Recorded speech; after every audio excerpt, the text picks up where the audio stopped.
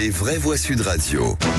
Bonsoir Félix Mathieu. Bonsoir, alors Frédéric. évidemment on revient sur cet incendie ravageur avec vous dans l'Aude. Les 3 mots y sont consacrés. Oui, l'incendie hors de contrôle a déjà parcouru 16 000 hectares et une quinzaine de communes dans l'Aude, faisant un mort et un blessé grave. Tout est parti de Ribotte, puis les flammes se sont propagées très rapidement, plus de 5 km par heure dans la végétation extrêmement sèche de ce massif des Corbières. L'ensemble des moyens aériens du pays sont déployés sur place. François Bayrou s'est rendu sur place. Il parle à l'instant d'une catastrophe d'une ampleur inédite. Les vraies voix Sud Radio.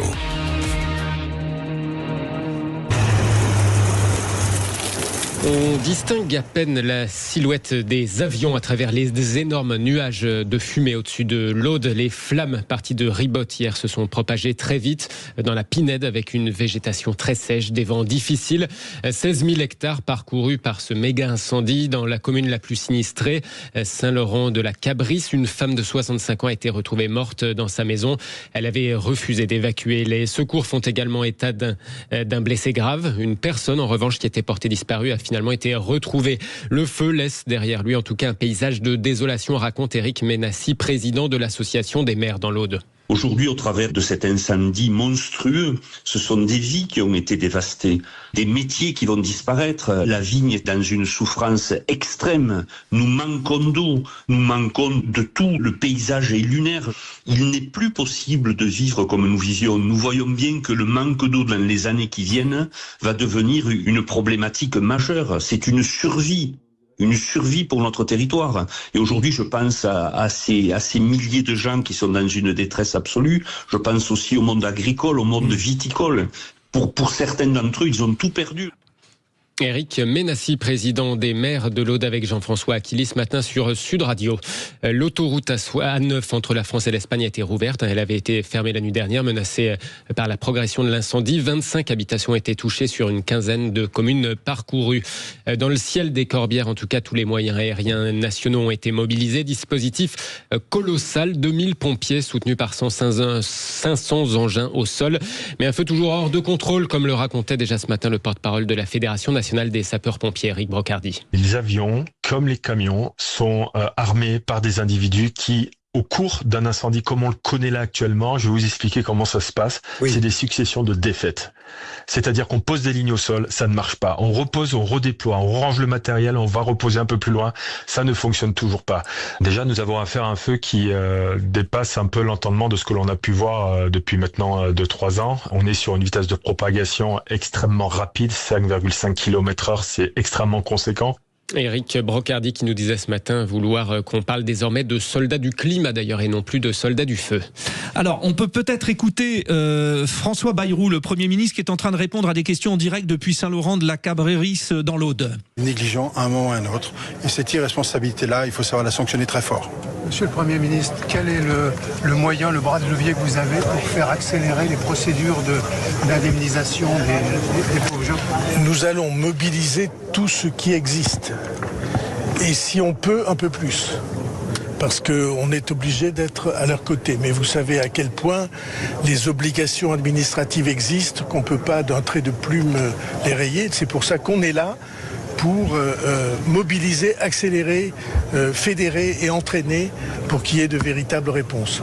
Mais je me mets tout à fait à la place et aux côtés de ceux qui ressentent la situation comme terrible pour eux et qui attendent de l'aide que nous sommes là pour leur apporter le plus vite possible. Mais je sais que le plus vite possible, c'est généralement pas assez vite. Voilà, François Bayrou, quasiment en direct depuis l'Aude qui intervenait. Félix Mathieu.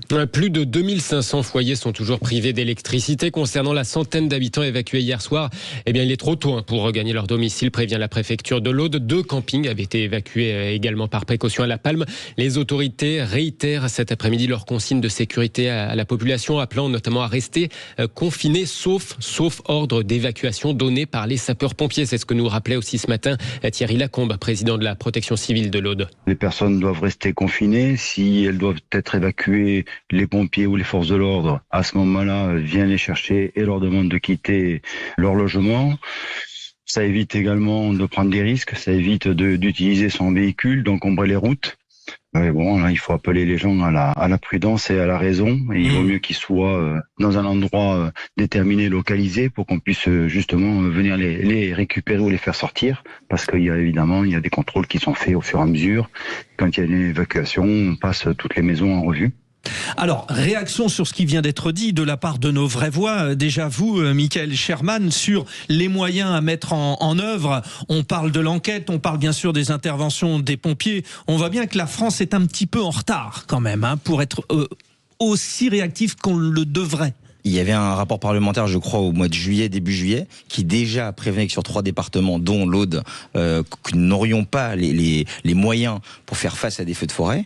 On a 3000, je crois, à 4000 feux de forêt par an, avec les chiffres que vous nous donnez notamment d'hectares.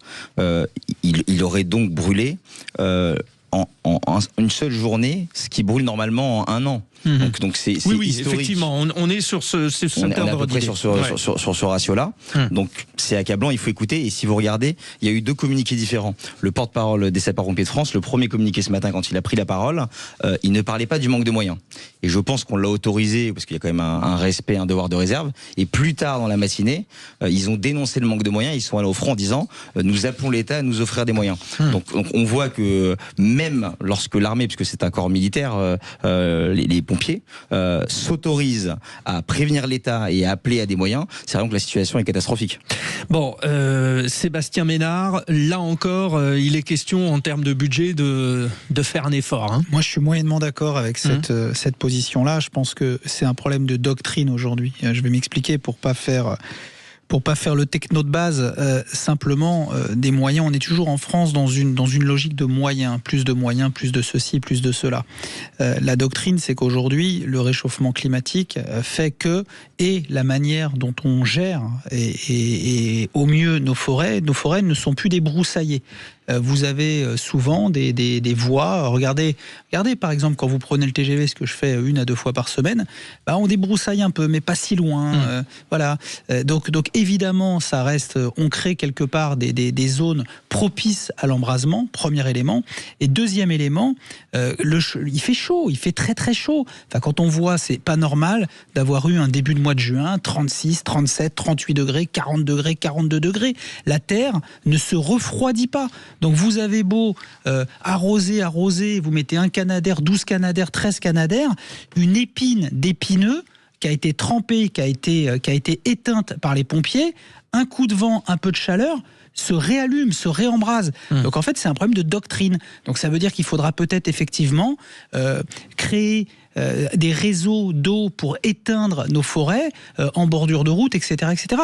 Donc c'est un changement de paradigme. C'est pas que des problèmes de véhicules, c'est pas que des problèmes de bras, c'est pas que des problèmes de canadair. Bon, autre élément important, Bruno Retailleau, le ministre de l'Intérieur, vient de déclarer que des moyens militaires allaient être mis en œuvre. Et évidemment, réaction d'un spécialiste sur la question, Joseph Touvenel. Les moyens militaires sont toujours mis en œuvre quand il y a une catastrophe naturelle. Les armées sont disponibles, ont un savoir-faire, ont du matériel, un sens de l'engagement et de la discipline qui aident et des moyens de débroussaillage d'urgence pour empêcher les feux d'avancer. Cela dit, je crois que la vérité, c'est aussi dans les moyens, parce que nos canadaires, c'est de toute façon utile pour faire cesser un incendie, mais ils sont vieillissants, et entre le nombre théorique qui peuvent servir et le nombre réel, on a un delta. Alors j'ai plus les chiffres en tête, mais on sait qu'on n'a pas le nombre suffisant, on en a moins qui sont opérationnels qu'il y a quelques années. C'est un véritable problème. L'autre problème, il a été aussi soulevé, c'est l'entretien. Moi, j'ai souvenir le très gros incendie qu'il y a eu il y a 3 ans, je crois, dans les Landes. Dans la forêt des Landes, forêt de pin des Landes. Il était dû à quoi essentiellement? Il a été dû au fait que les écologistes ont fait des cacas nerveux quand il s'agissait de débroussailler, en disant « si vous coupez les petites herbes, c'est pas bien ». Alors, on a laissé. Et une fois que l'incendie part, quand c'est débroussaillé, c'est plus facile à arrêter. Exactement. Mais quand il y a des herbes partout, et dernier exemple que j'ai vécu chez un ami ingénieur à la SNCF, assez court, à 14 juillet, il a été appelé en urgence, parce que comme c'était pas débroussaillé au bord des voies, il y a un train de marchandises qui avait un frein serré, ça fait des étincelles. Et ça fait des étincelles sur des dizaines de kilomètres. Si les voies avaient été entretenues, ça mettait pas le feu. Comme elles n'étaient pas entretenues, sur des dizaines de kilomètres avec le Mistral, le feu. Exemple concret. Alors, Félix, Mathieu, on termine avec vous ce spécial feu de forêt avec une discussion qui a retenu votre attention. Oui, on en parlait, le Premier ministre s'est rendu sur place avec Bruno Retailleau, son ministre de l'Intérieur. Ils ont notamment rencontré le maire de Saint-Laurent de la Cap-Brice. On en parlait, Xavier de Volontat.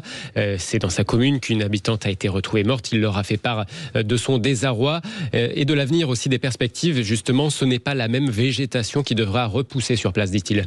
On s'aperçoit avec ce que disait le colonel, sèchement des arbres, cette punaise accentue ces problèmes de feu, de propagation. Donc, mais comment changer d'un seul coup la composition de ces forêts? Il faut y penser quand ils sont brûlés comme ça, à dire il y a autre chose à faire. Et je crois que c'est là aussi où il faut se pencher sur notre avenir à nous, petites communes, de ne pas vivre des 24 heures comme on vient de vivre, qui sont vraiment traumatisantes. Échange capté par nos confrères de BFM TV. Certains mettent en cause aussi la politique d'arrachage des vignes qui aurait pu aggraver la propagation des flammes des vignes arrachées dans le cadre du plan de réduction de la production viticole.